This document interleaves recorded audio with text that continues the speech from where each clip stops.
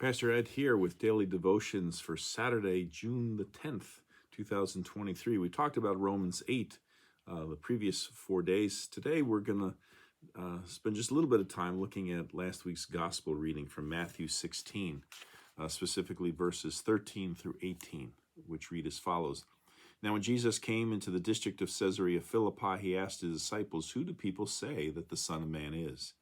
And they said, "Some say John the Baptist, but others Elijah, still others Jeremiah or one of the prophets." And he said to them, "But who do you say that I am?" Well, Simon Peter answered, "You are the Messiah, the Christ, the Son of the living God." And Jesus answered him, "Blessed are you, Simon, son of Jonah, for flesh and blood has not revealed this to you, but my Father in heaven. And I tell you, you are Peter, and on this rock I will build my church, and the gates of Hades will not prevail against it." It's kind of a play on words there. The Greek word for, or the Greek name is Petros.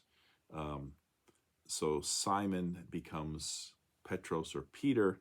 On this rock, it's Petra. So basically the name Peter means rock. You are rock, and on this rock I will build my church. Now there's the question about what is he talking about? Is he talking about Peter the person? Roman Catholics would tend to argue in that direction. Lutherans and others would say, no, it's that confession of faith. Who do people say that I am?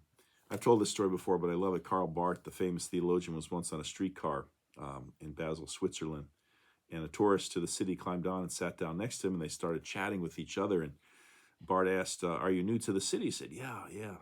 And Barth said, "Is there anything you would particularly like to see?" And he said, "Yes, I'd love to meet the famous theologian Karl Barth. Do you know him?" And Barth replied, "Well, as a matter of fact, I do. I give him a shave every morning." Well, the tourist got off the streetcar all delighted. He went back to his hotel saying to himself, "I met Karl Barth's barber today." The point is, we often don't recognize people, or especially greatness, even when we encounter it directly. And the question for Peter and the disciples and for all of us is, who do you say that I am? Who is this man Jesus? Is he the Christ, the Messiah? Christians would say that he is. C.S. Lewis, the great apologist, once wrote, "I am trying to prevent anyone from saying the really foolish thing that people often say about him. I'm ready to accept Jesus as a great moral teacher, but I don't accept his claim to be God. That's the one thing we must not say," says Lewis. "A man who is merely a man and said that sort of thing Jesus said would not be a great moral teacher. He'd be either a lunatic on the level with the man who says that he's a poached egg, or else he would be the devil of hell. You must make a choice. Either this man was and is the Son of God, or else a madman, or something else worse. You can shut him up for a fool, you can spit at him, kill him as a demon, you can fall at his feet or call him Lord and God, but let us not come with any patronizing nonsense about him being a great human teacher. He has not left that open to us. He did not intend to." Karl Barth, again, was once lecturing a group of students at Princeton when a student asked him, "Sir, don't you think that God has revealed himself in other religions and not only in Christianity?" And with a modest thunder, he stunned the crowd, saying, "No, God has not revealed himself in any religion, including Christianity.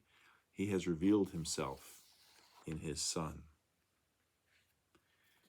And that confession, that belief that that Jesus is the Son of God, that Jesus is the Messiah, the Anointed One, the Christ, means that that confession of faith. God is going to build the church, and nothing, as Jesus said in verse 18, I tell you, you are Peter, on this rock, this confession, I will build my church. The gates of Hades will not prevail against it. Near the Tower of London, there stands an ancient parish church called All Hallows. And just inside, there's the wall closing the graveyard. There's a large sign placed so that tourists leaving the tower may read it. And the sign at All Hallows cites a bit of history and then raises a pointed question. It says, Jesus Christ has been worshipped in this building for 600 years, on this site for 1,100 years, and in Britain for 1,300 years. Don't you think it's time you got started?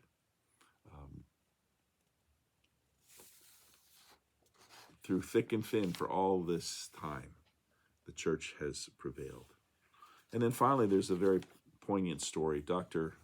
W.A. Criswell, who was the pastor of First Baptist Church in Dallas, Texas for many years, said that he was once on an airplane flight where he found himself seated next to a well-known theologian, and he desperately wanted to start a conversation, and they did get to talk. And the man told Dr. Criswell about how he had recently lost his little boy through death.